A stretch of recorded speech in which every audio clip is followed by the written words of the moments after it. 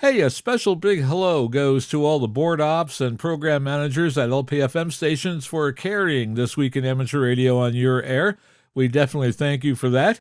We are celebrating our 24th year of service to the worldwide amateur radio community. We are, of course, This Week in Amateur Radio, your all-amateur radio and technology news magazine and bulletin service of the air.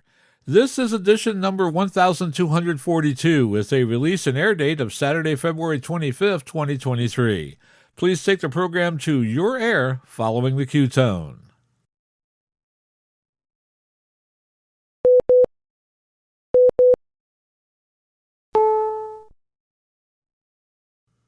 With a special thanks to all the amateurs out there who download us as a podcast, and a special hello to all of the program managers and board ops at the LPFM stations nationwide that carry This Week in Amateur Radio.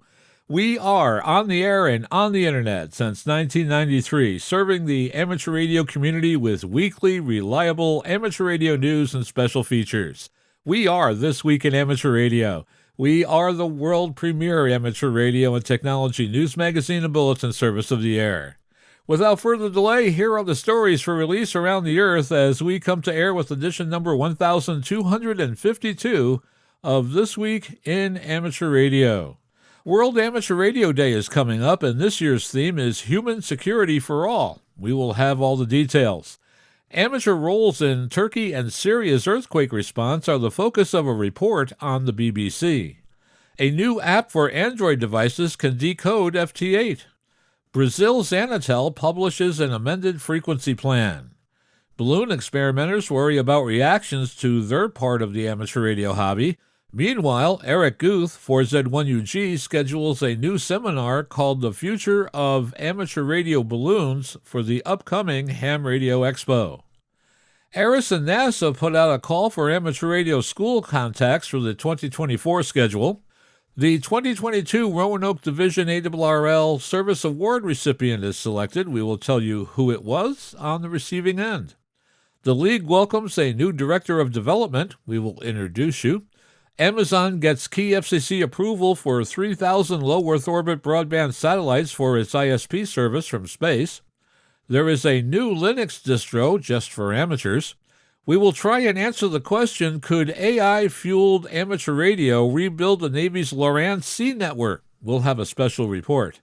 And with all the harsh weather across the U.S. lately, we will have a special report with tips on maintaining your house or shack generator. All this and a lot more is straight ahead in today's edition of This Week in Amateur Radio. All of these headline stories will come to you in a moment along with this week's special features. We'll visit with Bruce Page, KK5DO, and get an update from AMSAT and what's new with all of those amateur satellites in orbit. Our technology reporter, Leo Laporte, W6TWT, will be here to introduce us to what he calls the I generation, and will explain why you, yes, you should have a blog, a website, and a URL with your call sign. Australia's own Onno Benschop, VK6FLAB, and Foundations of Amateur Radio will explain some of those special amateur radio ABCs. Our own amateur radio historian, Bill Continelli, W2XOY, returns with another edition of the Ancient Amateur Archives. This week, Bill takes us back to the early 1970s for a look at how amateur radio was utilized to organize college student protests to the Vietnam War nationwide with the advent of the Student Information Network on the HF bands. And our tower climbing and antenna master, Greg Stoddard, KF9MP, will discuss the best procedures for hauling cargo up the tower. That's all straight ahead as North America's premier amateur radio and technology news magazine and bulletin service, This Week in Amateur Radio, takes to the air right now. Reporting from our headquarters studio here in icy Albany, New York, I'm George, W2XBS. And reporting from the newsroom in Half Moon, New York, I'm Terry Saunders, N1KIN. And reporting from icy Rochester, New York, along the southern shore of Lake Ontario, I'm Dave Wilson, WA2HOY. And reporting from our mountaintop ham radio station in the western Catskills of New York State, where it can't decide whether it's springtime or wintertime, I'm Don Hulick, K2ATJ. Reporting to you from just outside the capital of Albany in Glenmont, New York, this is Bob, W3BOO, Boo Radio. And reporting this week from my ham shack in Cortlandville, New York, anticipating, hoping, waiting for spring, I'm Chris Perrine, KB2FAF. And reporting from an icy Troy, New York News Bureau, I'm Eric, KD2, RJX. And reporting from our news bureau in Fayetteville, Arkansas, where we're all wondering, who the heck asked for this crazy weather? I'm Will Rogers, K5WLR, hoping they'll please just stop. Please? And now with this week's lead story, here is Terry Saunders, N1KIN. The International Amateur Radio Union announced that Human Security for All will be this year's theme of World Amateur Radio Day on April 18, 2023. John Ross, KD8IDJ, is here with all the details you need to know for the upcoming World Amateur Radio Day celebration. That day is being celebrated with a 2-week operating event occurring April 11th through the 25th. Special event stations will be operating from around the world, making two-way radio contacts to call attention to the HS4A campaign. The concept of human security measures the security of individuals by things essential to one's well-being. This includes economics, food, health, and the environment, personal factors, the community, and political factors as well. Amateur radio is uniquely positioned to address those challenges by promoting technical knowledge, practical skills, innovative technology, and the deployment of backup systems at the community level that can be called upon in times of emergency. Programs like the Amateur Radio Emergency Service ARES empower hams to be more resilient in times of crisis. ARRL's Learning Center has several courses that can train users to help them gain those skills. IARU is a federation of the National Amateur Radio Societies over 150 countries worldwide, is a global advocate for amateur radio through its sector membership in the International Telecommunications Union and an agency of the United Nations and other activities. I'm John Ross, KD8IDJ. The International Amateur Radio Union, a federation of the National Amateur Radio Societies of over 150 countries worldwide, is the global advocate for amateur radio through its sector membership in the International Telecommunication Union, an agency of the United Nations, and other activities. The United Nations Trust Fund for Human Security and the World Academy of Art and Science are partnering with the International Amateur Radio Union in the campaign. In a release, the partners wrote, "Amateur radio has repeatedly demonstrated its ability to address human security needs. It is a truly global communications medium comprising some 3 million radio enthusiasts connecting communities and the peoples of the world. ARRL participates in World Amateur Radio Day each year. It was on this day in 1925 that the International Amateur Radio Union was formed in Paris. ARRL co-founder Hiram Percy Maxim was its first president. For additional World Amateur Radio Day resources, visit the ARRL webpage and search for World Amateur Radio Day." Hours after a 6.4 magnitude earthquake rocked the already stricken region of Turkey and Syria on Monday, February 20th, mainstream media turned its attention to the critical role that amateur radio is playing there. With communications taken down in much of the region of Turkey and northern Syria, amateur radio repeaters on VHF and UHF frequencies kept communications open for rescue work and other aid. That dramatic story was told on the BBC program Digital Planet on Tuesday, February 21st by Aziz Sasa, TA1E, president of the Turkish Amateur Radio Association. The retired engineer was interviewed by show host Gareth Mitchell, an amateur radio operator himself, with the call sign M7GJM. Aziz said that following the disaster, VHF and UHF repeaters throughout the region were the only means of communication for 7 days, as rescuers and agencies shared frequencies and information. He said that the longer distant capabilities of HF were not as essential because most of the issues being handled were local and could be handled via shorter range frequencies. Asked what the greatest contribution of the hams has been so far, Aziz said, "We helped in saving lives. I believe that's quite a nice thing for us." You are listening to This Week in Amateur Radio, available to download as a podcast from anywhere on the web podcasts are available.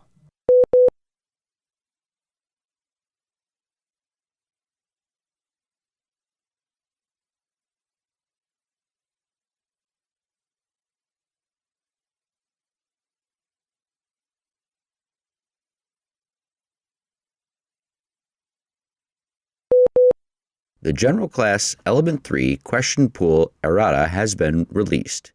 The National Conference of Volunteer Examiner Coordinators, NCVEC, Question Pool Committee has released the latest errata for the 2023 through 2027 Element 3 General Question Pool, which goes into effect on July 1st, 2023.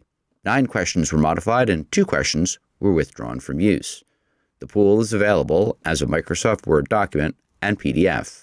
These changes are reflected in the new General Pool download file dated February 1st, 2023. There is a new FT8 app for Android doing the rounds. It's called FT8CN from BG7YOZ in China. It's a free download and unrestricted in its use. It's in the early stages of development, but is already up to version 0.86. You'll need to give your device permission to allow the install of the app. There are various ways to configure the radio connection. The simplest Vox appears to be the Android device's internal mic and speaker. Of course, you could pipe audio directly in and out via the audio socket on your tablet or phone. DirectCat allows a USB connection, Bluetooth is available, and connection via a Wi-Fi network. All these seem to be in early stages of development. It also plots the action to a live map. You can download the APK file from github.com/noboy/ft8cn/releases. Amateur radio balloon hobbyists are worried that the small balloons they launch into the sky could be shot down, or that the focus on balloons could lead to tight restrictions on their little-known hobby. Speculation has grown about whether one of the unidentified objects taken down by a United States Air Force F-22 on February 11th over Canada's Yukon Territory was a small party-style balloon launched by a hobby group whose name is a whimsical reference to the children's film Up. The Northern Illinois Bottle Cap Balloon Brigade recently said one of its balloons went missing in action on February 11th near an island off the coast of Alaska. People launch balloons for radio experiments or as a part of projects to learn more about technology, balloons, and the sky, as well as for fun, according to Dave Ackerman, a member of the United Kingdom High Altitude Society, who has launched nearly 100 larger latex balloons. Now enthusiasts are concerned there will be a knee-jerk reaction to what's happened, he said in an interview. He said he hoped that authorities and hobbyists could coordinate on reasonable guidelines or rules if needed. It's also in the interests of authorities not to be shooting down party balloons with missiles. The Amateur Radio and the International Space Station program is seeking formal and informal education institutions and organizations, individually or working together, to host an amateur radio contact with a crew member on board the ISS. With more information you need to know, we go to John Ross, KD8IDJ, who files this report from League headquarters. ARIS anticipates the contact will be held between January 1st, 2024 and June 30th, 2024. Crew scheduling and ISS orbits will determine the exact contact dates. To maximize these radio contact opportunities, ARIS is looking for organizations that will draw large numbers of participants and integrate the radio contact into a well-developed educational plan. The deadline to submit a proposal is March 31st, 2023, and you can find all of the information at aris.org. An ARIS introductory webinar will be held March 1st, 2023 at 8 p.m. Eastern Standard Time. The Eventbrite link to sign up for that free webinar is at eventbrite.com. ARIS, by the way, is a cooperative venture of the International Amateur Radio Societies and the space agencies that support the ISS. The United States sponsors are ARRL, the Radio Amateur Satellite Corporation, AMSAT, Amateur Radio Digital Communications, ARDC, NASA's Space Communication and Navigation Program, that's known as SCAN, and the International Space Station National Lab Space Station Explorers, known as SSE. I'm John Ross, KD8IDJ. Crew members aboard the International Space Station will participate in scheduled amateur radio contacts. These radio contacts are approximately 10 minutes in length and allow students to interact with the astronauts through a question and answer session. An ARIS, ARISS contact is a voice-only communication opportunity via amateur radio between astronauts aboard the space station and classrooms. ARIS contacts afford education audiences the opportunity to learn firsthand from astronauts what it is like to live and work in space and to learn about space research conducted on the ISS. Students also will have an opportunity to learn about satellite communication, wireless technology, and radio science.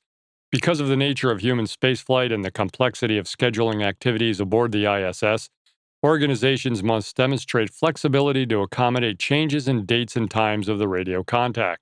Amateur radio organizations around the world, with the support of NASA and space agencies in Russia, Canada, Japan, and Europe, present educational organizations with this opportunity. The ham radio organization's volunteer efforts provide the equipment and operational support to enable communication between crew on the ISS and students using amateur radio. The primary goal of ARIS is to promote exploration of science, technology, engineering, the arts, and mathematics topics. ARIS does this by organizing scheduled contacts via amateur radio between crew members aboard the ISS and students. Before and during these radio contacts, students and educators, parents, and communities take part in hands-on learning activities tied to space, space technologies, and amateur radio. For more information, see www.ariss.org. Liam Robbins, G5 LDR, has been appointed as the new youth champion for the RSGB. He gained his foundation license in 2021 and his full license in late 2022. Liam's volunteering experience includes being a scout leader for 8 years and a motorsport marshal for 3 years. He plans to encourage the use of amateur radio to local scouts and spread this to a wider area, using the benefits gained locally as an example of best practice.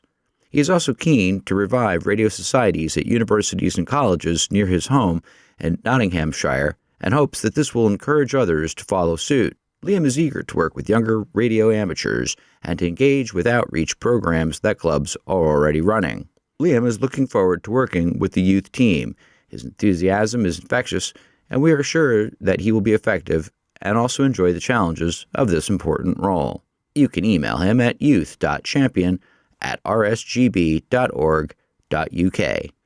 John Gendron, NJ4Z, has been named the recipient of the 2022 Roanoke Division ARRL Service Award. To introduce us to NJ4Z and to give us details about this award, we go to John Ross, KD8IDJ, who files this report. This award is the highest and most prestigious recognition of an ARRL member operator within the Division's 4 states who has shown consistent and extensive leadership. First licensed as a technician in 2016, Gendron quickly advanced to the general and amateur extra class licenses. At the same time, he helped revitalize the Amateur Radio Emergency Service, ARES, in his area, as well as the York County Amateur Radio Society in Rock Hill, South Carolina. Gendron is the 55th recipient of the Roanoke Division ARRL Service Award, which began in 1968 and is bestowed annually. Judges for the award are past recipients. The award is also nicknamed the Vic Clark Award after one of the original winners, Victor Clark, W4KFC. He's now a Silent Key, and he was a Roanoke Division Director and ARRL President. The list of all 55 winners, as well as the history of the award, can be found on the Roanoke Division's website. I'm John Ross, KD8IDJ. Gendron's story about reinvigorating York County Amateur Radio Society is featured in the club station column in the September 2022 issue of QST.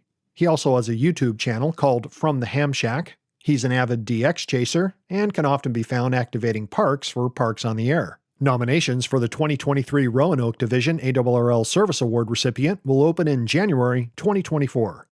Volunteers on the air operations continue at a brisk pace, with tens of thousands of volunteer and W1AW portable contacts having been made. 12 points for volunteers on the air scoring must come through Logbook of the World uploads. As announced in the January 2023 issue of QST, this is not a QSL card event. There will not be any W1AW portable state activation volunteers on the air QSL cards issued from ARRL headquarters. Please do not send W1AW portable VODA QSL cards for VODA contacts to ARRL headquarters. W1AW portable VODA QSL cards received by ARRL headquarters will not be acknowledged. You are listening to This Week in Amateur Radio, available worldwide as a podcast from our web at www.twiar.net.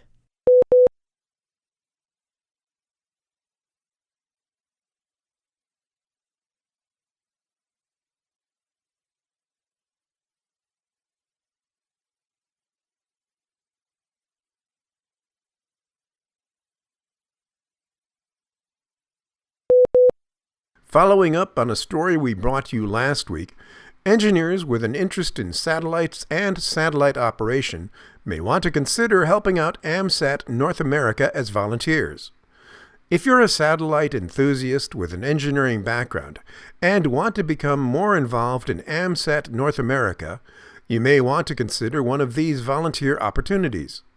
AMSAT's Fox Plus team needs a volunteer electrical engineer with RF experience and a working knowledge of analog and digital communications protocols.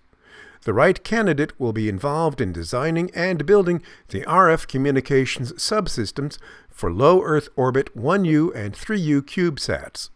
This position will help provide digitally synthesized audio for FM modulated VHF, UHF, SHF, voice, and telemetry channels. AMSAT's Fox and Gulf CubeSat teams also need mechanical engineers to join its all-volunteer team of a dozen or so electrical, mechanical, software, and systems engineers. The team is developing a series of low Earth orbit and highly elliptical orbit 1U and 3U CubeSats for AMSAT's engineering and educational goals. Candidates should be United States citizens or permanent residents of the U.S. Volunteers can expect to spend about 5 hours a week on the project they're assigned to and will attend a weekly meeting online to provide updates. If you are interested, you can send your resumes to volunteer@amsat.org. Again, that's volunteer@amsat.org. Kevin Beal, K8EAL, has joined ARRL staff as the Director of Development. John Ross, KD8IDJ, has more on the story in this report from League headquarters. Kevin Beal, K8EAL, has a significant background in nonprofit administration. He joins ARRL after a career at his alma mater, Norwich University. He earned a bachelor's degree and a master's degree there in international conflict management and resolution. As a cadet at Norwich University, he participated in the Naval and Marine Reserve Officers Training Corps, that's known as NROTC, and as part of the cadre, training new cadets, and he was a member of the cavalry troop. Beal and his wife lived near ARRL headquarters with their 2 daughters and their recent rescued hound. On most weekends during the winter, he can be found on the road taking his oldest daughter to her next hockey game. Welcome, Kevin, to the ARRL, and you can read more about Kevin's story at arrl.org. I'm John Ross, KD8IDJ. Beal had a significant background in nonprofit administration and for the last 17 years has managed large-scale projects and teams. His previous experience includes various roles supporting organizations and higher education situations, with program management, events, alumni engagement, and fundraising. He's also worked on cybersecurity infrastructure training projects supported by the Federal Emergency Management Association, and feels that amateur radio has a significant value as an emergency communications tool. With a father who was an electronics engineer during Vietnam in the U.S. Army Signal Corps, Beal has been surrounded by radio his entire life. I grew up in a household of spare electronics and communications equipment, where at-home repair and soldering were commonplace, he said. He's excited to grow as a licensed ham and was thrilled to make a contact from the Hiram Percy Maxim Memorial Station as W1AW. Beal looks forward to getting to know all the ARRL donors. Perhaps no one will remember this year's American Lighthouses Weekend better than hams with the Amateur Radio Alliance of Puerto Rico, KP4ARA. Operators accomplished a first-time double activation from 2 lighthouses on the island, the Punta Borinquen lighthouses, one historic and one relatively new. Working several bands and using digital modes, the lighthouse hams, Emilio, WP4KEY, and Wanda, KP4NYC, logged QSOs with a total of 42 DXCC entities, including Asiatic Russia, Venezuela, the Philippines, England, Switzerland, and Japan.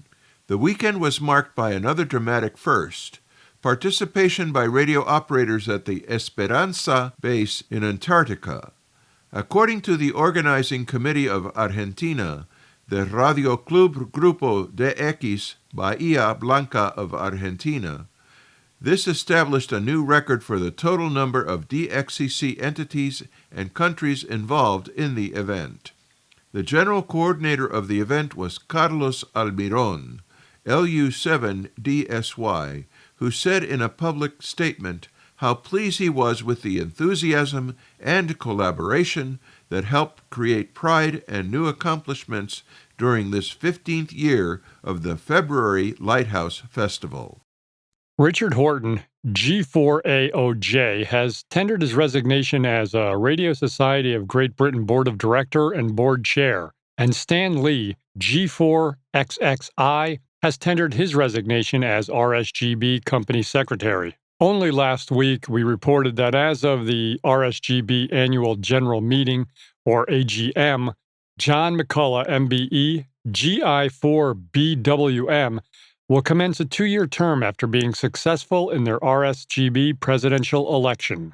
The two new resignations are independent of each other and for personal reasons. Stuart Bryant, G3YSX, RSGB President Chair of the Board until the AGM, and, in view of the important role of the company secretary in the AGM, which is just a few weeks away, the Board will agree the appointment of a temporary company secretary pending advertisement of the position and selection through the normal process. In a news release from the RSGB, they said, "The workload of the board and the number of remaining members and such that we thought it would be prudent to ask Ian Shepard, G4EVK, to rejoin the board as a co-opted director until the AGM. After the AGM and the elections, the board will look at its membership and will likely make further co-options." The company secretary fulfills an important role in the AGM proceedings, and it was decided to ask Stephen Purser, GW4SHF, to return to the role until AGM, whilst we appoint a new company secretary through the usual process. The QSO Today Virtual Ham Expo is proud to announce a panel discussion on March 25, 2023, at 12 p.m. Pacific Daylight Time, titled The Future of Amateur Radio Balloons in the Current Era. The discussion will be moderated by Eric Guth, 4Z1UG, and will explore the current state of amateur radio balloons in light of recent events, including the United States Air Force's decision to shoot down unidentified objects in American airspace. The panel will feature some of the most prominent figures in the field of amateur radio ballooning, including experts in the technology and enthusiasts who have used it to pursue their interests. The discussion will cover a wide range of topics, including the history of amateur radio balloons, the challenges faced by balloonists today, and the future of the technology in an era where the skies are becoming increasingly crowded. According to Eric Guth, 4G1UG, the moderator of the discussion, the future of amateur radio balloons is a topic of great importance to the amateur radio community, especially in light of recent events. We need to discuss how we can continue to pursue our interests in the face of new challenges and restrictions and explore new avenues for innovation and growth in the field. The QSO Today Virtual Ham Expo is a leading online event for the amateur radio community, bringing together enthusiasts, experts, and manufacturers from around the world.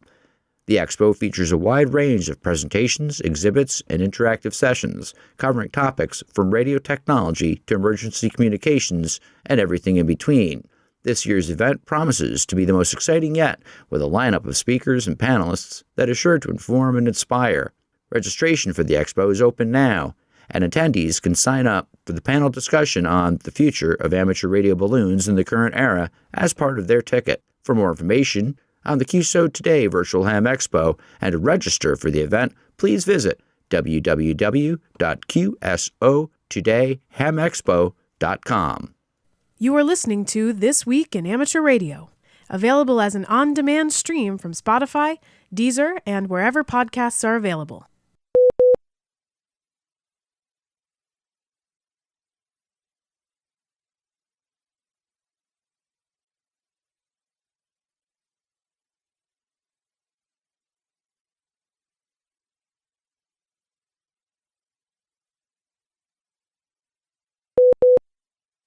And now with the latest technology news and commentary from Petaluma, California. This Week in Amateur Radio is proud to present Leo Laporte. Let's talk tech, you and me. We're having a fun time. This is like a little user group here.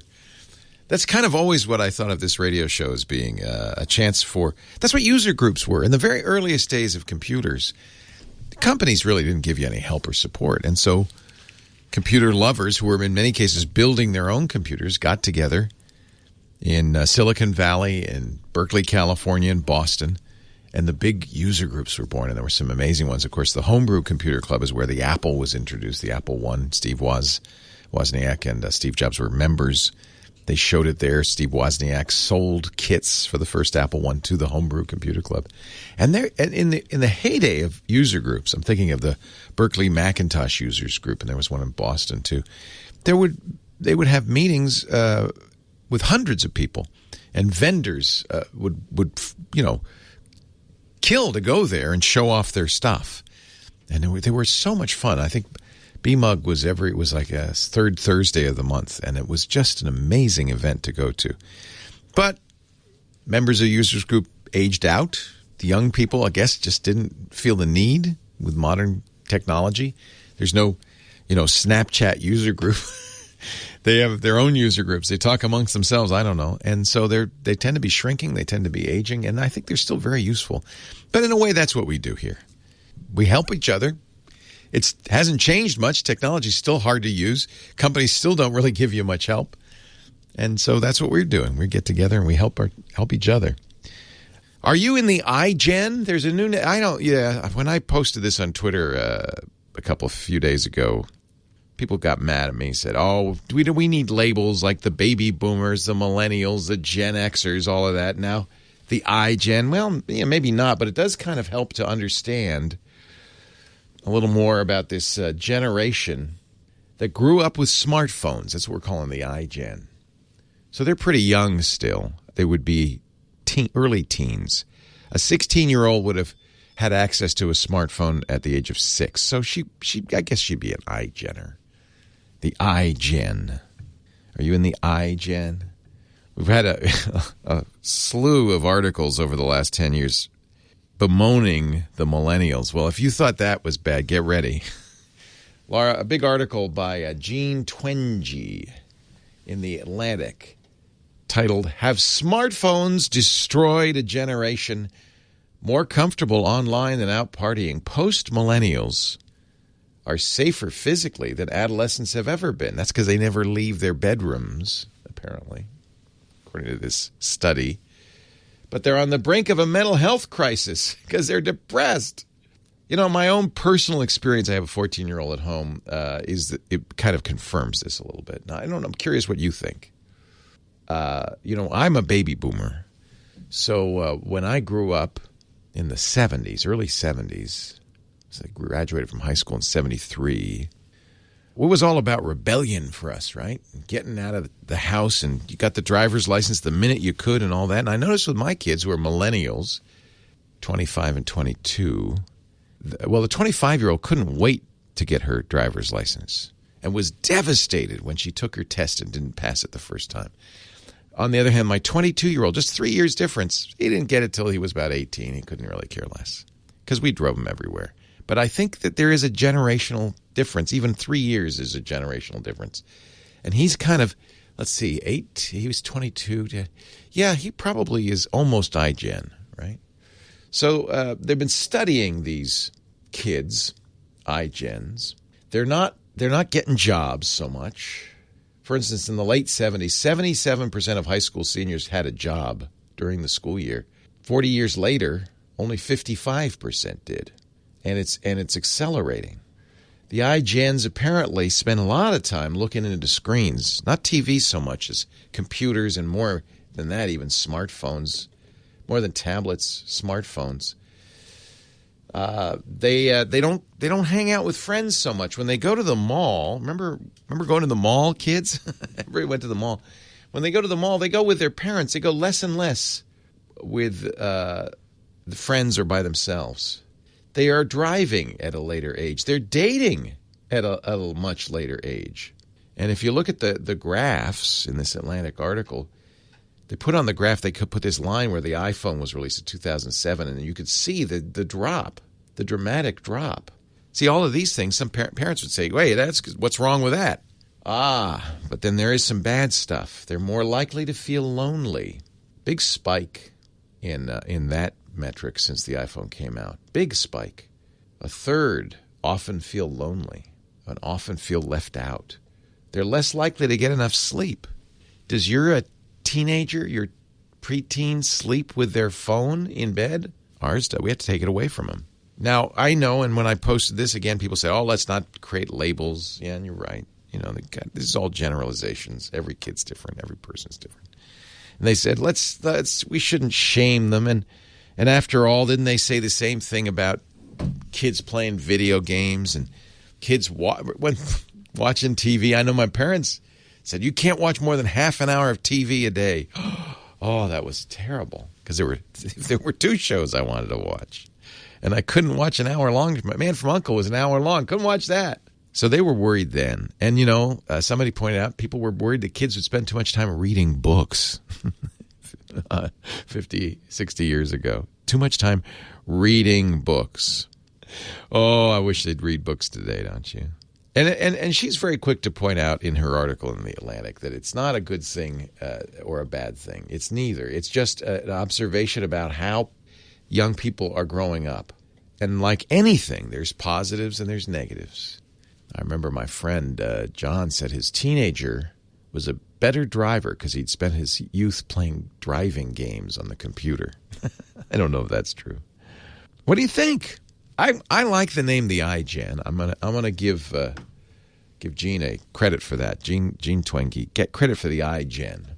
But and I think that these observations at least are accurate with the early teens that I know, my son's friends. That's spent a lot of time in front of that screen and a lot of time in their room and less time going out. I'll give you an example. Yesterday, the county fair's in town, the Sonoma County Fair. We said to Mike, you want to go to the fair? No, I just want to stay home. His friends called, you want to go to a movie? No, I'm just going to stay home. What do you think? I mean, the millennials grew up with the web, but the difference is with the iPhone and the smartphone, it's not just growing up with the web, it's with you at every moment of night and day, all the time. In 2017, a survey of 5,000 American teens found out that 75% of them, 3 out of 4, owned an iPhone. Not just any phone, an iPhone. And that's why Apple is soon to be $1 trillion company. And the Apple stock price went up. And people are all excited about augmented reality. Ooh, really? A reality I can use my phone and that'll be reality? You got it. Bingo. What are we going to call the next gen? I don't know. The iPhone gen. Remember, did you ever have, are you old enough to remember, stop reading and go out and play? Let's see, what else can we talk about? It's something I encourage everybody to do. We all have something we know. We all have something to offer, right? A point of view, what it's like from where I stand, my area, however tiny of expertise, fly fishing or Pez dispenser collecting or dialects of, rural North Carolina, whatever it is that you know, put it up there and don't put it on Facebook, don't put it on Twitter. That's the bane of our modern times is that unfortunately people think that when you put something on social media that's posting it on the internet. It isn't. It's ephemeral. It's like a little wisp. It's like footprints in the sands of time. It will evaporate and it'll go away. What you want to do, and everybody should do this, there are a couple of reasons why, is have a website. Have a website. And, one reason is, who was I telling this to? Oh, my daughter. She's 24. She's been writing papers she's very proud of. She calls me to read them to me. And I'm proud of her. She's in college. And I said, Abby, when you were born, I registered yourname.com. It's yours. I want you to start a blog. And you can go to our sponsor, squarespace.com if you want, but you could also go to wordpress.com. That's free. You go somewhere, create a blog, and put those papers up there. And here's why. First of all, you're adding to the value of the internet. Whenever I discover a little tip or trick, I like to post it on my blog so that people can then Google and say, oh, here's a solution. I know I use that all the time. If I have a computer problem, if you have a computer problem, you Google it, and often you'll find somebody else had the same problem and found a solution. But there's another important reason to do it. It's called reputation management. And here's why. It's especially important for young people. If you're a young person, listen to this carefully. If you don't post stuff on the internet and somebody else posts stuff about you on the internet, guess what people find when they Google your name? The other stuff.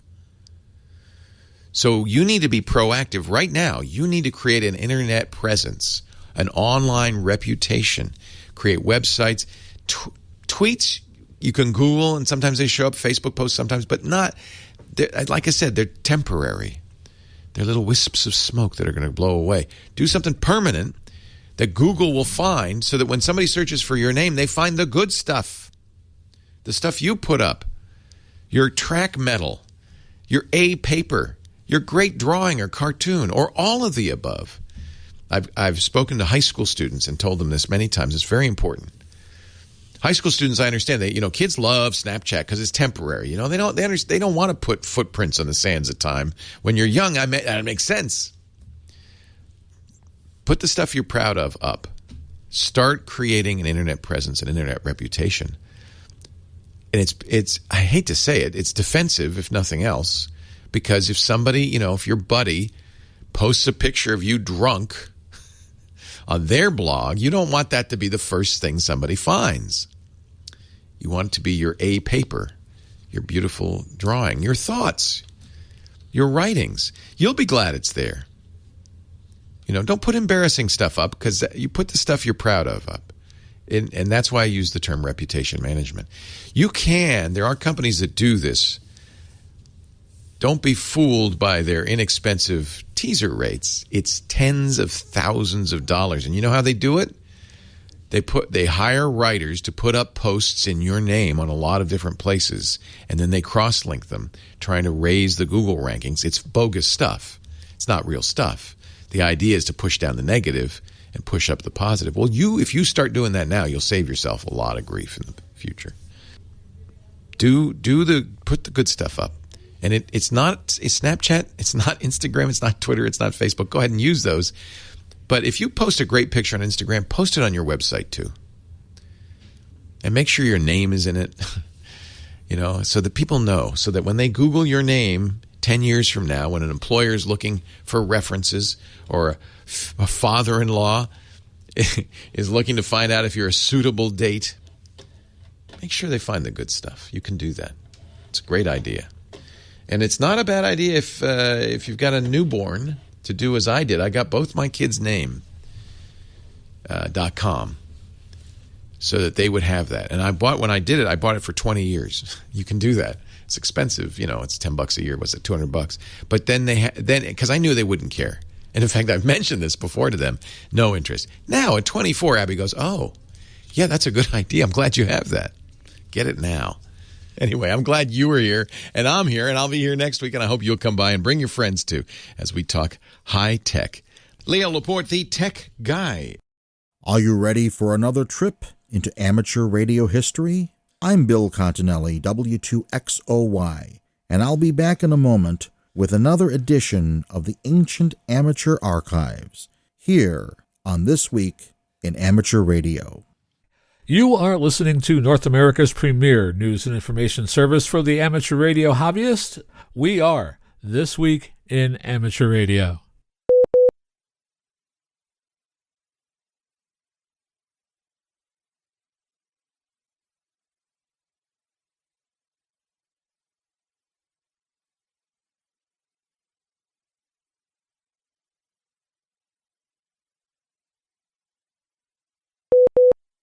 W8LT is the call sign for the Amateur Radio and RF Club at Ohio State University. John Ross, KD8IDJ, is here with a little history behind amateur radio at Ohio State University. The University Club has a long history at OSU, and archive records indicate that 1926 was the year it officially became a club, likely making it one of the oldest ones on campus. W8LT is just 3 years shy of celebrating its 100th anniversary. In the early 1920s, the call sign started out as 8LT until the Radio Act of 1927 added a W to all radio call signs. Then W8LT had been closely associated with WOSU Radio, the university's non-commercial station, which began as WEAO in June of 1922. The two stations were believed to have shared a small building near campus until the mid-1950s. In 1957, both stations were moved to small military-style Quonset huts. From January 1961 to January 1963, the club was unable to find a location anywhere on campus, so all of their equipment was put into storage in club member Bill Hale's K8JIX basement and brought only for ARRO Field Day each June. Eventually, W8LT found a new home in the bell tower at Ohio Stadium, in a room directly below where the bell rings after every home game win. That location allowed a 500-foot long wire antenna to be stretched from the tower to a nearby smokestack at OSU's power station. The result was a powerful signal that could be heard clearly on stations around the world. When Ohio Stadium was renovated, W8LT moved again, this time to Beavis Hall, where it remains today, near the location of those old military-style Quonset huts. Today, the club continues to grow with 15 active members, including students, staff, and alumni. Faculty advisor Larry Fetch, K8HTC, said the club takes every opportunity to recruit new members and offer licensed testing sessions. I'm John Ross, KD8 IDJ. More information is available on the W8LT website and on their Facebook page. W8LT is an ARRL-affiliated club and participates in the ARRL Collegiate Amateur Radio Program. And now, with this week's edition of the Ancient Amateur Archives, here's Bill Continelli, W2XOY. In May of 1970, with the Vietnam War in full swing, the United States invaded Cambodia for the purpose of rooting out the communists, using that country as a base of operation. This led to protests on college campuses across the nation and the deaths of 4 students at Kent State University in Ohio. At this point, the demonstrations exploded on virtually every major campus nationwide. One problem facing the leaders of these protests was how to exchange news and information with their collegiate brothers and sisters on other campuses. The internet was in its embryonic stage and available to only the military and a few select universities. Network news and wire services were not to be trusted. After all, they were run by people over the age of 30. The mail was too slow and in a shambles after the recent postal strike, and long-distance telephone calls were too expensive for students surviving on part-time jobs and care packages from their parents. Thus, they turned to an institution that was prevalent at that time on almost every college campus: amateur radio. The Student Information Net was born. The net appeared on 7260 kilohertz and 14.294 megahertz in the 40 and 20 meter bands. Net controls included K1 WGM at Brandeis University in Waltham, Massachusetts, and W2 UC at Union College in Schenectady, New York.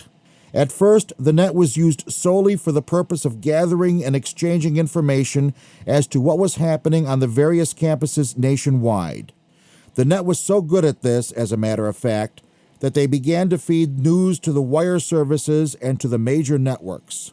However, the net soon expanded in scope, and that's where the trouble began. Dialogue was encouraged among the various participants on the merits of the war and what type of protests should be used. News bulletins were passed as traffic to be rebroadcast on the college radio stations. Funds were solicited for the continuation of the student strike activities. Traffic was passed encouraging students to send their draft cards to Washington, D.C. for a massive bonfire. A boycott of Coca-Cola was discussed, as well as a demonstration to be held at Fort Dix on May 16th. W2UC and W3EAX exchanged information on the demonstration at the University of Maryland and the attempt to block U.S. Route 1. W2UC claimed they were forwarding all information received to a clearing center, the location of which was not specified. Then it started. The jamming, the deliberate interference, and the name-calling by several unidentified stations. The net continued through the jamming and operated for about a month, long enough for the U.S. to withdraw from Cambodia and for the summer break to arrive. But the controversy was just beginning. The July 1970 issue of QST contained an editorial in which the ARRL stated that the use of the amateur bands for heated political discussion was a self-imposed taboo in amateur radio. They said that because of amateur radio's international status, what goes out over the air can have negative political consequences for us at future radio conferences. As a result, according to the ARRL, there was no place on the amateur bands for arguing about the Vietnam War, advocating resistance to the draft, and talking about the new and permissive morality. The ARRL also condemned the jammers, stating that frontier justice vigilantes and Joe McCarthyism had even less place than politics in amateur radio. The letters from hams poured into QST. By a 2-to-1 ratio, they opposed the use of amateur radio for political purposes. One writer stated that the net was a violation of national security and notified his local FBI office. Another stated that the net advocated mass disobedience to the laws of the land. One amateur stated, "We must keep politics and jammers off the amateur bands. A political discussion on the amateur frequencies is as inappropriate as a political speech on an air traffic control channel." The ARRL's reference to McCarthyism brought a rebuke from an amateur who said, "Joe McCarthy was a great American who was proven correct in every case." And finally, one letter called the net participants creeps and sympathized with those who caused the QRM. On the other side, supporters of the net were appalled at the deliberate jamming and claimed that the net was non-political, provided accurate information, facilitated goodwill, and prevented false rumors. Members of the Student Information Net claimed that the traffic passed was legal and was eventually carried by the UPI and AP wire services. Several writers brought up constitutional issues, claiming that the First Amendment gave the net operators the right to do what they did, as well as the right for every amateur to discuss everything, including unpopular causes. One ham, XW6SDW, condemned the anti-civil libertarian attitude of the ARRL and a majority of hams and gave up his license as a protest. The Student Information Net lasted only 1 month, but it opened the door to the concept that amateur radio did not exist in a technical vacuum and that discussions of current political and social events were allowed on the amateur bands. Have we gone too far in the anything goes direction? That's up to you to decide. As a postscript, W2UC was recently activated at Union College in Schenectady. If you ever hear it on the air, remember the role it played in amateur radio history 37 years ago. In our next installment, we are going to jump back in time to the depths of the Great Depression in the early 1930s. I hope to see you then. You're listening to America's premier amateur radio news magazine of the air, This Week in Amateur Radio.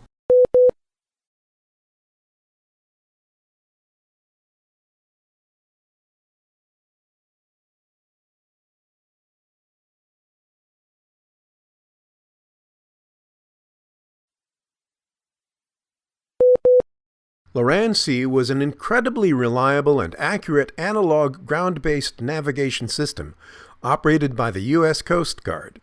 Despite its impressive performance, it had some drawbacks, such as limited coverage, expensive infrastructure requirements, and the need to maintain a large number of radio stations in remote areas. Now, with concerns over GPS jamming and hacking, should we consider rebuilding the United States' once robust system of Loran-C stations?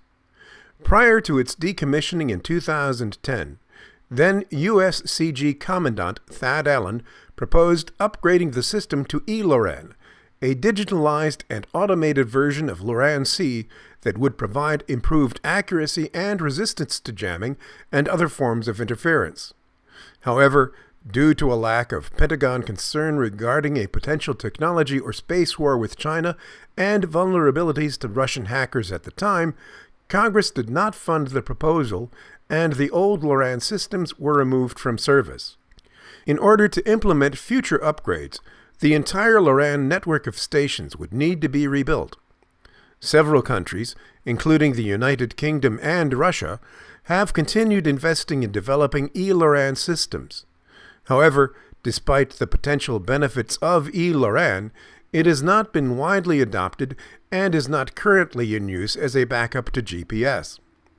The death blow to Loran came due to a total lack of interest from Silicon Valley, who in 2010, before the advent of crowd-sharing networks like Uber, favored bits over atoms and mostly did not believe that tiny devices like cell phones, which work on very short wavelength radio frequencies, could process the large wavelength transmissions of a high-frequency radio system like Loran. Today, however, high-frequency capable chips are ubiquitous. You can decode HF Navtex and DSD signals with a $30 dongle from Amazon, and the benefits of Loran could be substantial. What benefits? First and foremost is penetration. Right now, phones use advanced processing and signal intelligence to augment GPS to provide a location when you enter a parking garage, building, or even hike in dense foliage. This is required because GPS signals use short wavelengths that don't penetrate structures very well. Loran signals, with their large wavelengths that travel great distances, do. In the United States, the Department of Homeland Security conducted a study on the feasibility of establishing an Loran system as a backup to GPS in 2008. The study concluded that Loran had significant potential as a backup system, but the implementation of the system would require significant investment and support from the private sector.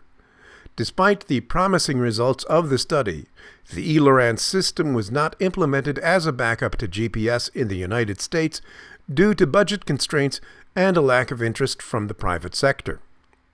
While the U.S. Navy and U.S. Coast Guard continue to have limited interest in terrestrial-based radio, the U.S. Air Force is investing heavily in old radio systems.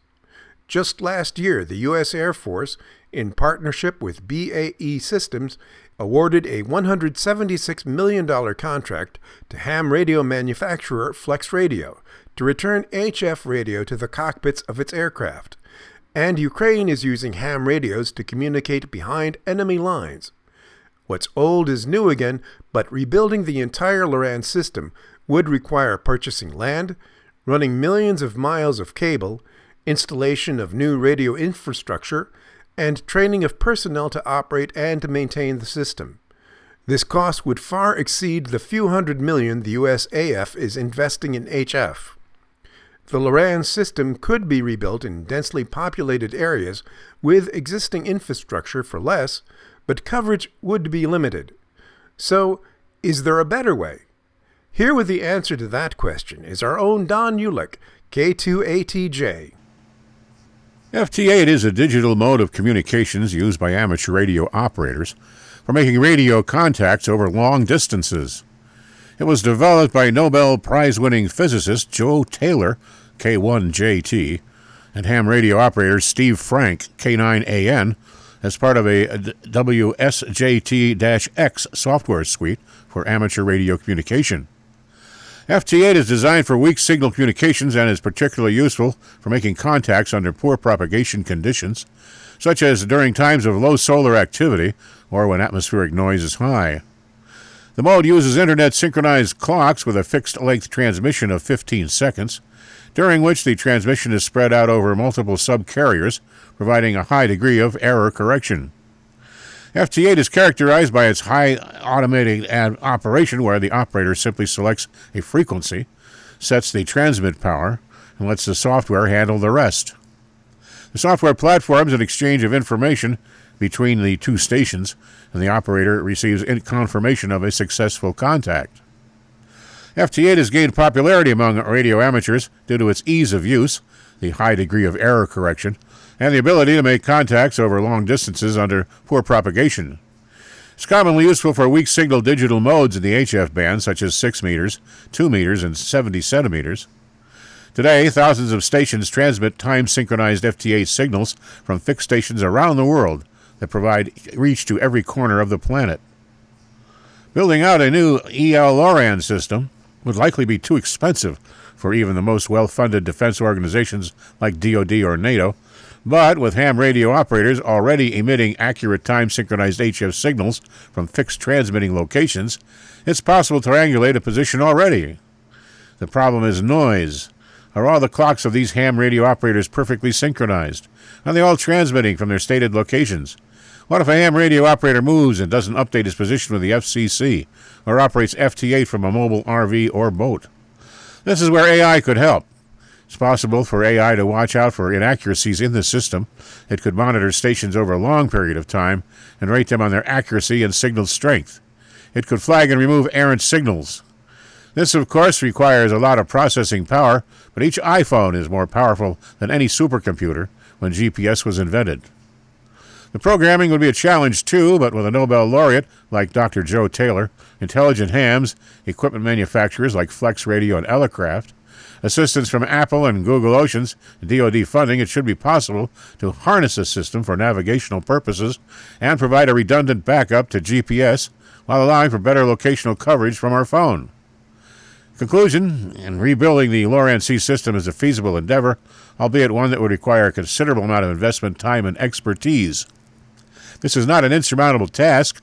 However, considering the most popular and revolutionary ship location tracking technology of today, web-based AIS systems like Marine Traffic already utilize ham radio to receive stations around the world, and has proven to be a reliable and invaluable asset to the shipping industry. A radio-based navigation system like eLoran would necessitate the licensed and regulated radio transmitters, but luckily, thousands of these stations are already running FT8 on every continent, making it possible to crowdsource an HF navigational alternative to GPS, eliminating the need for USCG to acquire land and maintain stations, and if the existing equipment isn't accurate enough, the U.S. Navy and U.S. Coast Guard could help Flex Radio develop new ham hardware. Looking for older editions of our news service? You can find them all as part of the Digital Library of Amateur Radio and Communications through the facilities of the Internet Archive. You're listening to This Week in Amateur Radio.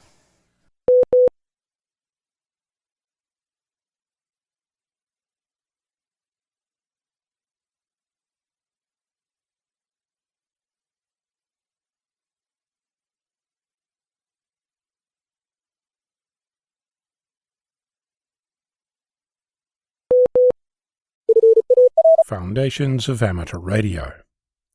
A is for antenna, the eyes and ears of any amateur station. You'll spend 80% of your life attempting to get 20% improvement for any antenna you'll ever use. B is for balun, bringing together the balanced and unbalanced parts of your antenna system. C is for coax, the versatile conductor that snakes into your station, one roll at a time. D is for dipole, the standard against which all antennas are measured. Simple to make, simple to use, and often first in the many antenna experiments you'll embark on in your amateur journey. E is for electron, source of all things RF, the beginning, middle, and end of electromagnetism, the reason you are an amateur. F is for frequency. The higher you go, the faster it happens. G is for gain. Measured against a baseline, you'll throw increasing amounts of effort at getting more, 1 decibel at a time. H is for Hertz, Heinrich to his mother, the first person to transmit and receive controlled radio waves in November of 1886, proving that James Clerk Maxwell's theory of electromagnetism was correct. I is for ionosphere, the complex and ever-changing layers that surround Earth, which led radio amateurs to discover HF propagation in 1923. J is for Jota, the jamboree on the air, where radio amateurs, guides and scouts come together on the third full weekend of October to share global communications. K is for ka-chunk, the sound caused by the local repeater that brings a smile to the operator and a grimace to the listener, created by pushing the talk button and not saying anything. L is for logging, the only way you'll ever remember who you spoke to and when, and the perfect excuse for bragging to your friends after you manage to collect contacts all over the globe. M is for modulation, adding information to a radio signal by varying the amplitude, frequency, or phase. N is for net, a social excuse for getting on air and making noise with your friends. O is for oscillator, making repeating currents or voltages by non-mechanical means. P is for prefix, the beginning part of an amateur call sign that identifies your country or region of origin.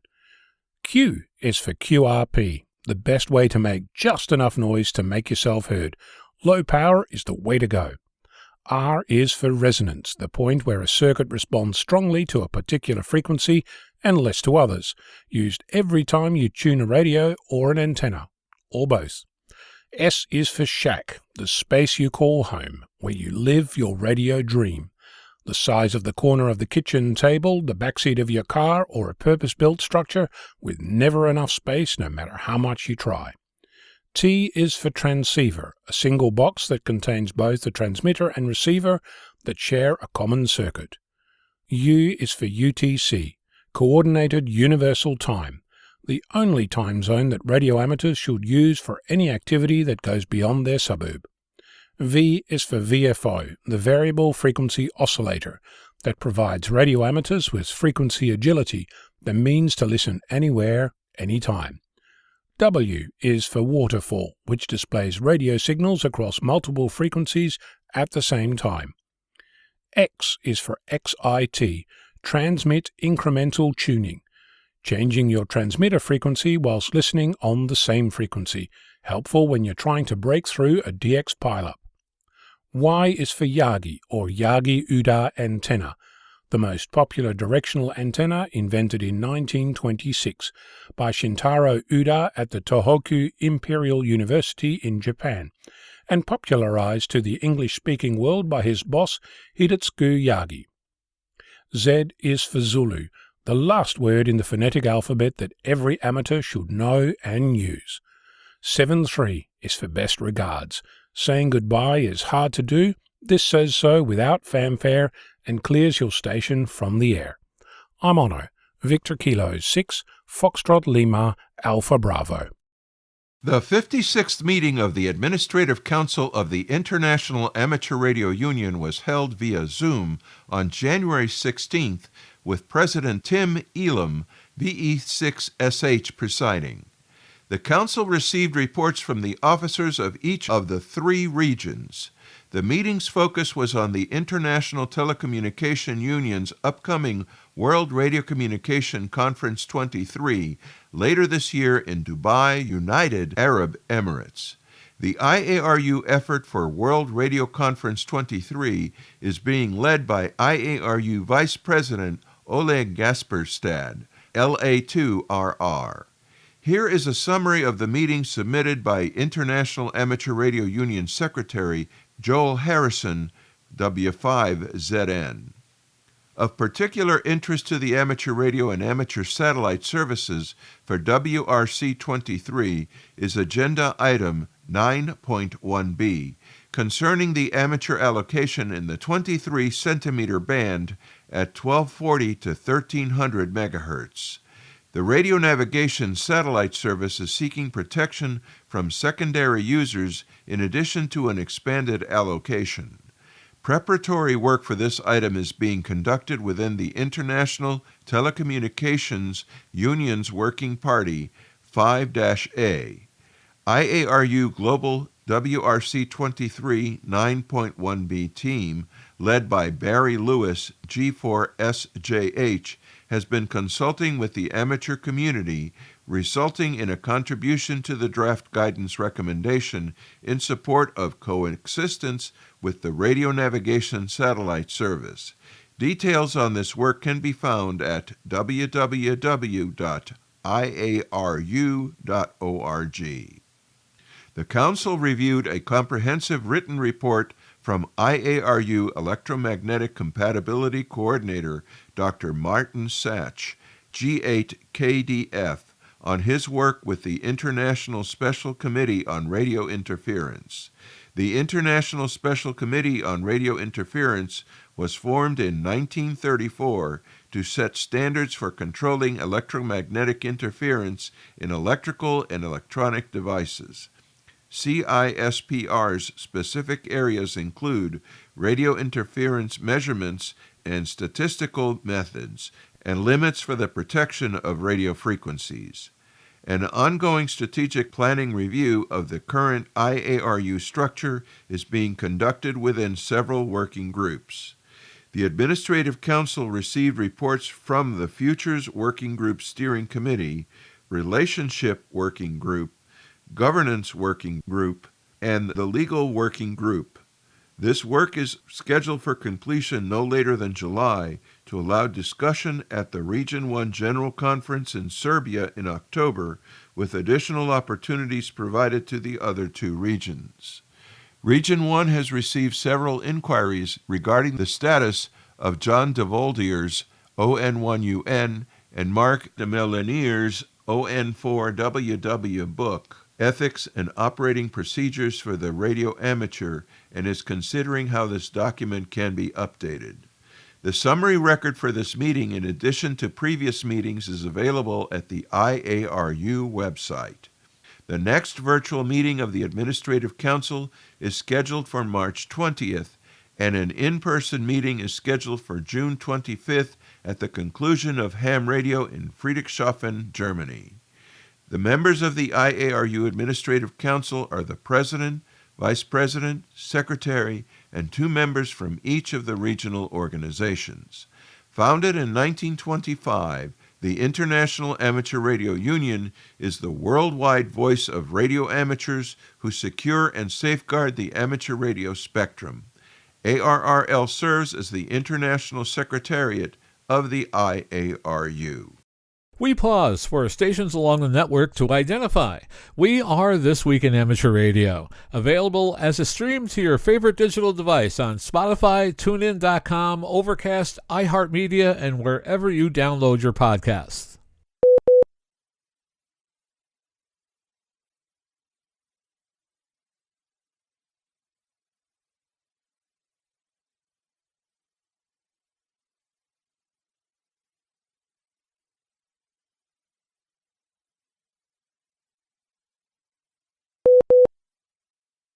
Bruce Page, KK5D0, has checked in with this week's AMSAT report. And over the years, astronauts and cosmonauts have been active at various times, making random contacts. Back in the shuttle days, it was a more common occurrence. Today, it's much rarer. However, they still do make some contacts. So what can you do to improve the odds that you might hear them and be able to actually make a contact with them? Well, first, you need to know what region of the world you're in and select the frequency that they use in that region. The voice downlink worldwide is 145.80 megahertz FM. The uplink for the Americas is 144.49 megahertz FM. However, the astronauts have been known to pick up the mic while the repeater was operational, in which case you will need to listen on 437.80 megahertz FM and uplink to the repeater on 145.99 megahertz FM with a 67 hertz tone. Now that you have those frequencies, when should you listen? Well, the crew is awake from 0730 to 1930 Universal Coordinated Time. They have free time before work, which is about an hour and a half after they wake up, and 2 hours before they go to bed. Astronauts that enjoy ham radio have been more prolific than those that have other interests. Your best shot is from 0730 to 0900 Universal Coordinated Time, and 1730 to 1930 Universal Coordinated Time. Good luck, and hope you have a chance to make that contact, and do not forget to have your tape recorder running to have a lifelong memory of the contact. Thanks to Charlie AJ9N, Eris Mentor, for the specifics on this report. Also thanks to Bruce Page. It is time for this week's Propagation Forecast Report, brought to us each week by Ted Cook, K7RA, in Seattle, Washington, who reports that solar activity plunged this reporting week, although there was some excitement on February 17th when the solar flux was reported as a record-breaking 343.1. Because it was the noon reading, it is still reported by the National Oceanic and Atmospheric Administration as the solar flux, but this was a false reading when the observatory at Pennington, British Columbia was swamped by energy from a solar flare. So in this report, TAD has chosen the 1800 UTC flux value, which was 165. So taking a look over the week, the average daily sunspot number plunged from 182.4 to 107, while average daily solar flux dropped from 196.4 to 162.4. If TAD had not changed the 343.1 to 165, the solar flux average would have been 187.9. More than 25 points higher than what we report right now. 6 new sunspots emerged over the week, however, 1 on February 16th, 1 each on the 18th and 19th, and 3 more on the 20th. Then 1 day after the end of the reporting week, on February 23rd, 2 more sunspot groups appeared. The solar flux prediction for the next month shows a peak value of 180 for March 7th through the 13th.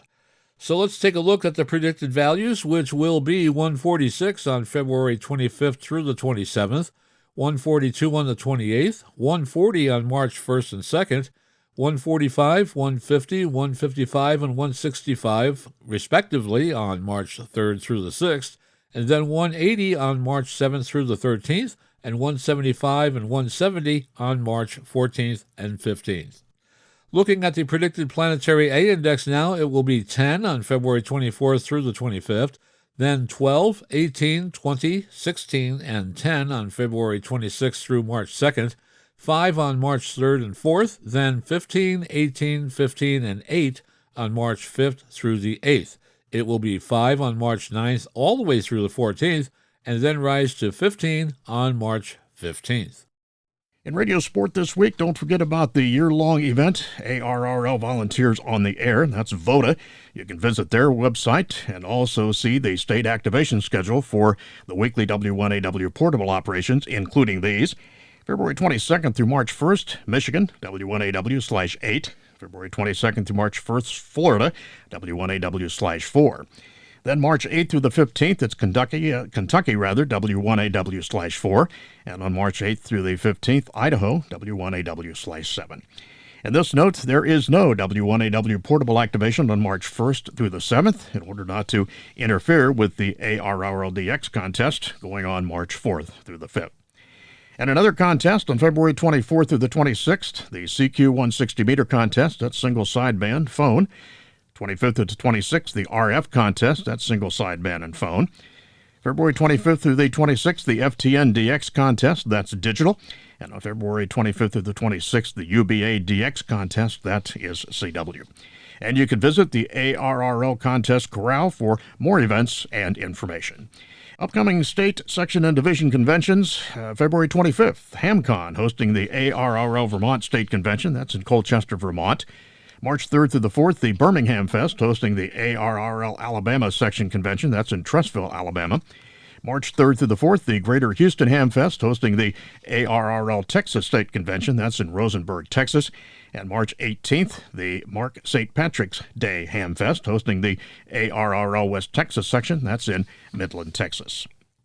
According to CNN, radio operators with Amateur Radio Emergency Communications, or AREC, were put to the test after Cyclone Gabrielle swept through the North Island in New Zealand, bringing floods and damage to infrastructure. AREC volunteer members and other licensed hams had braced themselves in advance of the storm's landfall on Sunday, February the 12th. Don Robertson, ZL2TYR, ZK6EX, the chief executive officer of AREC, said that in Auckland, AREC began providing radio support across the region for field teams and maintained VHF contact with the region's 14 civil defense centers plus local community response groups. Volunteers logged contacts, handled logistics, phone calls, communications, and used their PC skills as needed until AREC was stood down at midday on Thursday, February 16th. Meanwhile, in hard-hit Hawke's Bay, amid rising rivers and power outages, only 3 AREC members were able to respond, each working 12-hour shifts. Don went on to say that there are many more stories of the heroic efforts by AREC members and licensed amateur radio operators, and those details will come out in due course. He added that many recovery efforts are now underway and are expected to continue for years. As of airtime, search and rescue workers were also arriving from nearby Australia. The 2022 annual Space Apps Challenge, which was held October 1st and 2nd, 2022, brought together a host of participants from different locations, cultures, backgrounds, interests, and skill levels. The theme for the 2020 challenge, Make Space, perfectly describes the primary goals of the event: creating innovative solutions to space-related problems, while also making space for people around the world to participate and engage in a collaborative scientific effort. NASA's Space Apps Challenge really puts students around the world to the test, helping to solve some of our time's toughest problems, said Bill Nelson, NASA administrator. I'm proud of all those who participated and challenged themselves to think creatively. Their remarkable ingenuity is proof that the Artemis generation will help lead us into the future. The challenge underscores the importance and value of NASA's open source science initiative that creates more advanced and inclusive research faster, builds a more just and equitable world, and provides access so that great minds from all walks of life can participate in science. The 10 global winning teams propose solutions using tools such as artificial intelligence and machine learning, 3D globes and maps, web applications, interactive games, and the infusion of art and music into their projects. The winning teams were Best of Use Science, What's New from Taipei, Taiwan. Best of Use Data was Starflock from Cleveland, Ohio. Best Use of Technology came from Taming Particles from Vilnius, Lithuania. Galactic Impact, Team Selena from Jamshedpur, India. Best Mission Concept came from a team called Mars 3D, home from Mendoza, Argentina. The most inspirational came from Team Diamonds from Kumula, Bangladesh. The best storytelling from Team Mimbi from Asuncion, Paraguay. The top global connection from standard NCTU CS students from Taiyuan, Taiwan. The top art and technology came from Team Earth, Wind, and Flare from Boston, Massachusetts. And the best for local impact came from Team Brute Force from Nicosia, Cyprus. Looking for older editions of our news service? You can find them all as part of the digital library of amateur radio and communications through the facilities of the Internet Archive. You're listening to This Week in Amateur Radio.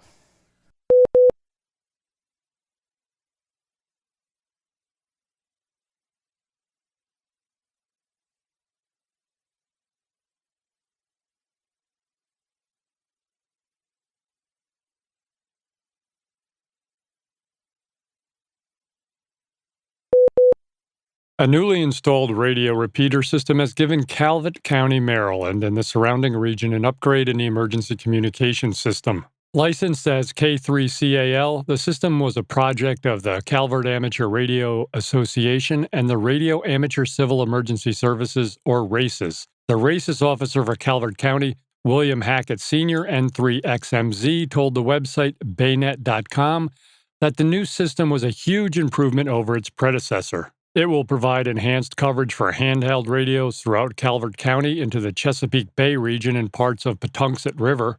The system includes UHF capability on 44.950 megahertz from a tower in the southern end of the county and a VHF system of 146.985 megahertz from a tower in the northern part of the county. The two sites are also capable of being linked. Brian Kress, KB3WFV, Vice President of the Calvert Amateur Radio Association, called it a win for the Calvert County citizens as another layer of protection from a communication blackout.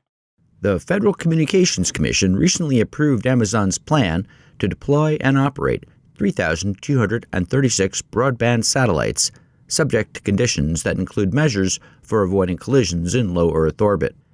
Amazon got initial FCC clearance for its Ka-band Project Cooper constellation in 2020 under the condition that it secured regulatory approval for an updated orbital debris mitigation plan. The FCC said its conditional approval of this mitigation plan allows Cooper to begin deployment of its constellation in order to bring high-speed broadband connectivity to customers around the world. The conditions include semi-annual reports that Cooper must give the SEC to detail the collision avoidance maneuvers its satellites have made, whether any have lost the ability to steer away from objects, and other debris risk indicators. In the order, the FCC also requires Cooper to ensure plans to deorbit satellites after their 7-year mission, keeping inhabitable space stations in addition to the International Space Station in mind. Cooper's post-mission disposal plan involves lowering the perigee of the satellite to about 350 kilometers, where the company says a denser atmosphere would result in drag that would see it decay from orbit within a year. Cooper states that once perigee lowering is completed, remaining propellant will be used to lower apogee and to conduct collision avoidance until the remaining propellant is exhausted, the FCC said, or until the point in which apogee is less than the altitude of the International Space Station at around 400 kilometers. The satellite would then use remaining propellant to further reduce apogee and vent any residual propellant. Cooper further states that it has allocated sufficient propellant to conduct collision avoidance maneuvers until the apogee is decreased below 400 kilometers, the FCC added, but given the ongoing and persistent operations of inhabitable space stations generally, such as China's Tiangong Space Station, we condition the authorization to require that such space stations be taken into account. This means Cooper must ensure that sufficient propellant is available for its satellites to continue to maintain collision avoidance capabilities and utilize other remaining fuel to lower the apogee below any inhabitable space stations. Cooper also has to provide regular updates on efforts to avoid interfering with astronomical observations and impacting the launch and re-entry opportunities of missions with tight launch windows. Cooper's proposed constellation is spread across 3 orbital shells at altitudes of 590 kilometers, 610 kilometers, and 630 kilometers above Earth. The FCC grant comes a few months after SpaceX got conditional approval to launch up to a quarter of the proposed 30,000 LEO satellites in its second-generation Starlink broadband constellation. That approval gave SpaceX permission to deploy satellites at 525 kilometers, 530 kilometers, and 535 kilometers. Starlink's first generation operates around 550 kilometers. SpaceX had called on the FCC to limit Cooper's approval to only 578 satellites in its 630-kilometer orbital shell and defer a decision on the rest of the constellation, which the regulator rejected. The FCC also shot down an attempt to add the object years limit to Cooper that came with Starlink's Gen 2 approval in December. If the total remaining orbital lifetime of any failed Starlink Gen 2 satellites exceeds 100 years, SpaceX would need to stop deploying additional satellites pending an FCC investigation. The FCC said SpaceX had already launched thousands of Starlink satellites when it imposed this condition on the company, which also had actual satellite failure data that the regulator could use to inform this monitoring approach. As Cooper has not started deploying or operating its constellation, we find it is not necessary to impose such a condition at this time, the order stated. Once Cooper begins launching and subsequently operating its constellation, we will reassess the need to add a similar condition at a later date. United Launch Alliance is slated to launch Cooper's first 2 prototype satellites in the coming months on the inaugural flight of its Vulcan Centaur rocket. Amazon has secured up to 92 launches with the United Launch Alliance, Arianespace, and Blue Origin for Cooper under contracts worth several $billion. For anyone new to the world of ham radio, one of the things that takes a little getting used to is visiting the websites of authoritative experts in various fields and feeling like you've traveled back to the internet of 1999. As a hobby that lends itself to extremely utilitarian amateurs, the software side can feel a little left behind like that. Andy, KB1OIQ, on the other hand, is also a Linux enthusiast and has been putting together a complete Linux distribution with everything needed to operate a radio in the modern era. While most ham radio software seems to be developed for Windows, there is a lot available for Linux. It just takes a bit of tinkering and experimentation to get everything configured just right. Andy's Ham Radio Linux, or AHRL, takes a lot of the guesswork out of this. The distribution includes everything from contact logging software to antenna modeling, propagation forecasting, and electronic design. While tools like this are largely optional for operating radios themselves, there are also tools included to allow the user to operate various digital modes as well, which require some sort of computer interface to use. The other design consideration Andy made was something that most hams consider when choosing software, which is that it should be able to run on extremely modest hardware. To that end, the distribution is based around Xubuntu and can run on 10-year-old machines with as little as 2 gigabytes of RAM. And for those interested more in software-defined radio specifically, there is another Debian-based Linux distribution called Dragon OS that we've featured a few other times as well, which is also worth checking out. An amateur in Australia has been honored for having copied the final signals of an important but aging satellite as it was dying. Congratulations go to Mark Jessup, VK5QI, of South Australia for being the recipient of the FS3 award from the Mauritius Amateur Radio Society. The non-profit amateur radio group created the honor to recognize the last formal reported signals from the FalconSat 3 microsatellite. The 50-kilogram satellite, launched back in 2007 from Cape Canaveral in Florida, entered into a decaying orbit this past January. The Amateur Radio Society sent the Australian satellite enthusiast his certificate, along with some stamps commemorating MO-112, the Mauritian infrared satellite, which was that nation's first satellite.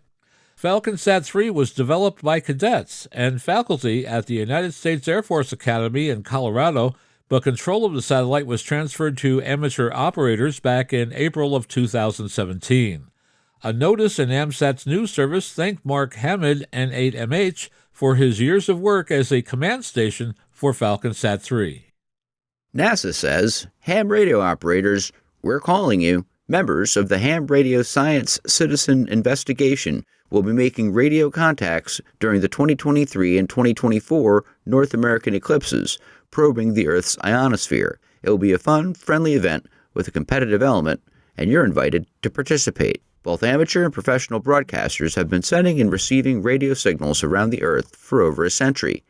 Such communication is possible due to interactions between our Sun and the ionosphere, the ionized region of the Earth's atmosphere located roughly 80 to 1,000 kilometers overhead. The upcoming eclipses are October 14th, 2023 and April 8th, 2024, and will provide unique opportunities to study these interactions. As you and other HAMSci members transmit, receive, and record signals across the radio spectrum during the eclipse, you will create valuable data to test computer models of the ionosphere.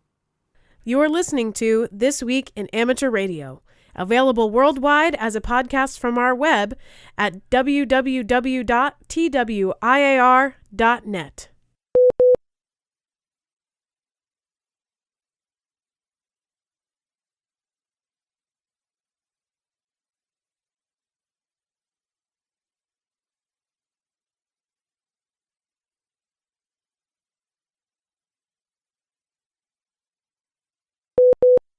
Anatel, the Brazilian telecommunications agency, recently published the resolution 759/2023 with their new plan for allocation, distribution, and destination of radio frequencies carrying positive outputs to amateur radio service. The final portion of the 4mm band, 8181.5 MHz, was recognized to amateur radio according to International Telecommunications Union Radio Regulations footnote 5.561A, while a 70-centimeter band was elevated to the primary service according to RR footnote 5.278. The improvement was possible due to changes promoted during the World Radio Conference of 2019 for Brazil, Uruguay, and Paraguay. This work was supported by the International Amateur Radio Union and member societies like LABRE, the Brazilian Amateur Radio Society, in cooperation with their respective national administrations and delegations. NASA has delayed the launch of a commercial crew mission to the International Space Station by a day to give SpaceX additional time to complete work on the vehicle. At a briefing after a flight readiness review for the Crew 6 mission, February 21st, NASA announced it has rescheduled the launch of the Crew Dragon spacecraft to February 27th at 1:45 a.m. Eastern. The Falcon 9 launch of the spacecraft had been planned for February 26th. Steve Stitch, NASA Commercial Crew Program Manager, said the agency and SpaceX were a little bit behind on the work needed to prepare the mission for launch. That included additional thermal analysis of panels on the exterior of Dragon and testing of composite overwrapped pressure vehicles in the Falcon 9. He added NASA was also analyzing data from all Falcon 9 launches, citing a Starlink mission earlier in the month where there was a little bit of evidence of combustion in an engine bay on the booster. That booster was on its 12th mission, while the Falcon 9 booster flying Crew 6 will be making its first launch. If the launch slips again, there's another launch opportunity February 28th at 1:22 a.m. Eastern, followed by 3 opportunities March 2nd through the 4th. Stitch said it was still too early to forecast weather for the launch, but cautioned there may be some challenges with weather conditions at abort landing sites along the East Coast. The Crew 6 launch will carry 2 NASA astronauts, Mission Commander Stephen Bowen, KIB, BKB, and pilot Warren Woody Hoberg, KB3 HTZ, along with United Arab Emirates astronaut Sultan Al Nayadi, KI-5 VTV, and Roscosmos cosmonaut Andrei Fedyaev, who will serve as mission specialists to the space station for a science expedition mission. Much of Michigan's Upper Peninsula is rural, rugged, and remote outside of populated areas. Communication is challenging, cell service is spotty and unreliable, as is commercial radio and satellite communications. So how does an event like the UP200 maintain contact with all its participants who are literally competing in the middle of nowhere? The answer is amateur radio. Amateur radio operator Al Augustin provides amateur radio communications between race officials, emergency personnel, road crossings, and the mushers themselves using his ham radio equipment, and all of it done on a volunteer basis. In the Upper Peninsula, commercial business radios, and also really cell phones, of course, there's many places that they just aren't operational. What we're doing is we're helping to ensure the safety of the mushers and the dogs, and of course, where they cross public roadways. That's the primary function. The secondary function, especially at the amateur radio community, is to basically provide safety communication as to where they're at and how they're doing, said Augustin. The UP200 traverses some of the most isolated terrain in the country, in conditions that are often less than ideal. Severe cold, snowstorms, high winds, and the dark of night presents all manner of challenges, from logistics and dog sled tracking to responding to emergencies along the route. I can tell you the 3 posts that I work at on a regular basis during the UP200 cannot be covered by cell phone, and only amateur radio has been able to provide these communications. If a musher has an issue or dogs have an issue, we can relay the information. They can bring in a vet, either to that location that we're at or typically at the next layover. The dogs can make it, but the safety of the dogs, as you can imagine, is very important, added Augustin. There are over 750,000 amateur radio operators in the United States and over 3 million worldwide. The reason they are preferable to cell phones and other types of radio communication is because ham radios are the most powerful and longest-range radio service available to the general public. Amateur radio is used as a complement or backup to law enforcement and emergency response communications during a natural disaster when all other forms of communications are taken out. Although Augustin's volunteer role is a very serious and critical one, it's still a lot of fun. So there's a fun aspect to the hobby, and a lot of us enjoy being out there as well, even though sometimes it can be a little harsh, environmentally speaking. It's still a lot of fun for us to be out there and seeing the mushers and making sure they're safe, said Augustin. According to the Summits on the Air Reflector, amateurs throughout the world whose lives have been touched by autism are going to be getting on the air to help raise awareness of autism spectrum disorder during World Autism Awareness Week. Between March 25th and April 2nd, operators will be looking to log stations using any mode of their choice with the goal of directing successful contacts in the events page at qrz.com. This is all about education. Amateurs in the United States will be using the call W2A. Hams in other countries may want to secure local special event calls, but they'll be able to use their home call instead if a special call isn't available. All participating hams will be calling CQ Special Event Autism Awareness Week. The organizer, James KB2FMH, will also be setting up a Discord chat group channel to help operators coordinate their bands and modes to make the most of propagation and traffic. Operators outside the United States should also let James know what call sign they'll be using. Hams have already expressed an interest from around the world, but more operators are still needed. Originating from Albany, New York, and distributed worldwide, you are listening to This Week in Amateur Radio.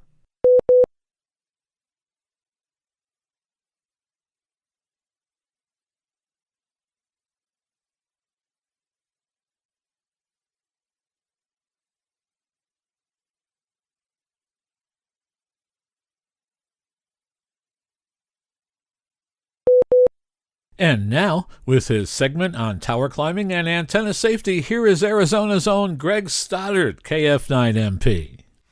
There are times when tower jobs we need to do require helpers assisting us on the ground and with us on the tower. These are special situations which require higher than normal levels of communication between team members. When hauling coax, antennas, sidearms, or other hardware up the tower, never hoist hardware up the tower with someone underneath the cargo, unless they're wearing the proper safety gear and have been trained in tower work. Let's face it, on a tower, you don't get a second chance. There are at least 3 sides to each tower. So keep the lower climber on a different side, and besides, a freestanding tower is happier when you spread the load more evenly. So before you start to do tower work with other climbers and ground crew, stop, take a moment, and discuss with everyone exactly what you intend to do. The goals to accomplish, the order the tasks will be done in, special hardware you may need, and a discussion about hoisting things up and down the tower. The guy on the ground should always have the job of keeping sidewalk supervisors away from the base area of the tower. Even a 1/4-20 zinc-plated nut falling 80 feet onto the top of an unprotected skull can leave a permanent dent, not to mention a thud that will be ringing for hours in the victim's head. There's a good argument here for wearing a hard hat. Few hams I know of own one or even know where to buy one, so the next best thing is only one person climbing at a time. If climbing with a person already strapped on working above you, choose a different side to climb on. If you're already on the tower, but the antenna you need to work on is like 6 feet out on a sidearm, a different set of rules apply. It is most likely that the sidearm is fully capable of holding your weight as is. My personal rule is to never totally trust any part of the tower. This includes sidearms. So I bring along my trusty 15-foot strap.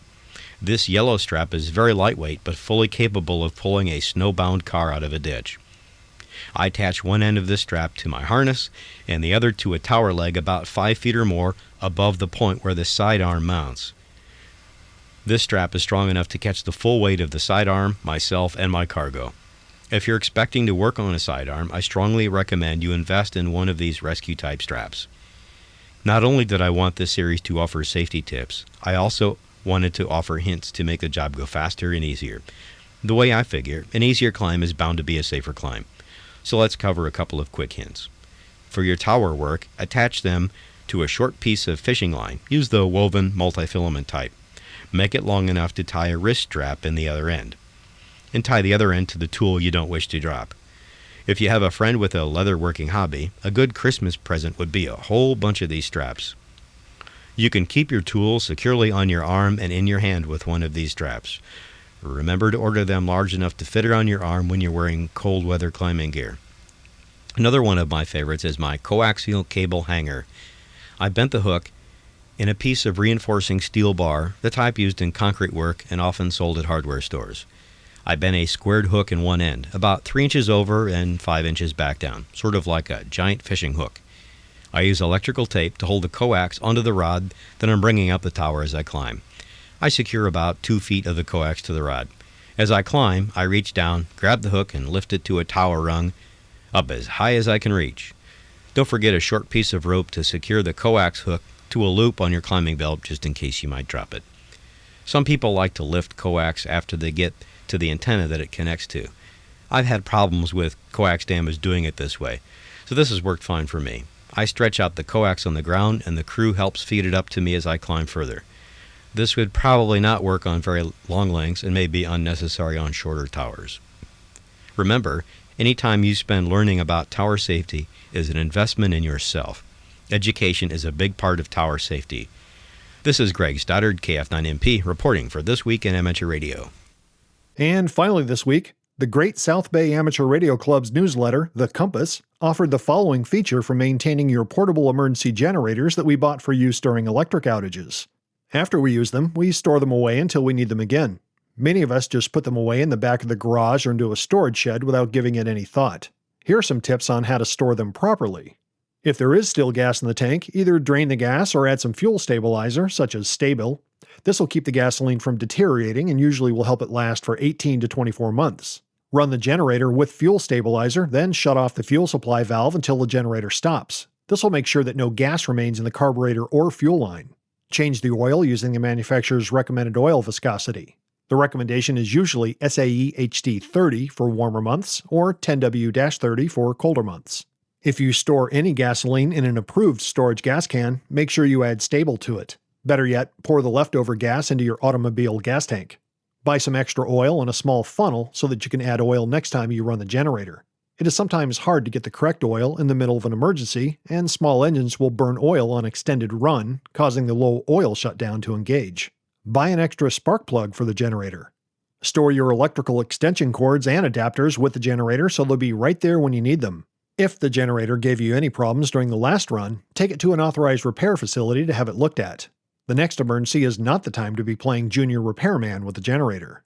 Keep a tag on the generator noting when it was last used and serviced, along with the age of the stabilized gasoline in the tank. Better yet, keep the gas tank empty. Read the generator manufacturer's instruction manual and keep a copy handy for reference. Again, special thanks to Great South Bay Amateur Radio Club's newsletter for this story.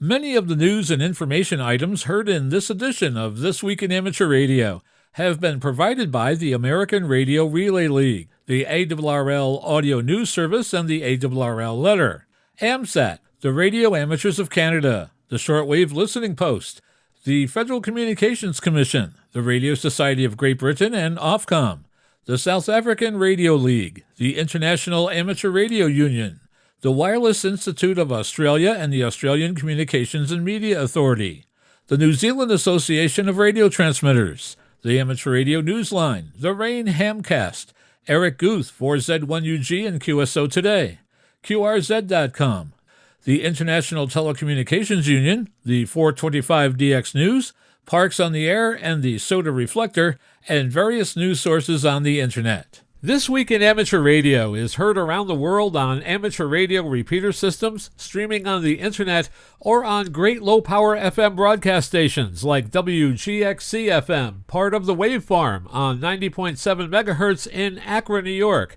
serving Greene County and the southern regions of New York's Capital District. With special thanks to all our weekly news sources and to you, our listeners, that wraps up this edition of This Week in Amateur Radio. If you'd like to write to us, you can find everything you need, including archive editions of the news service, at our website at twiar.net. And now, for all of us at This Week in Amateur Radio headquarters and our news team around the world, this is Chris Perrine, KB2FAF, wishing you a 73.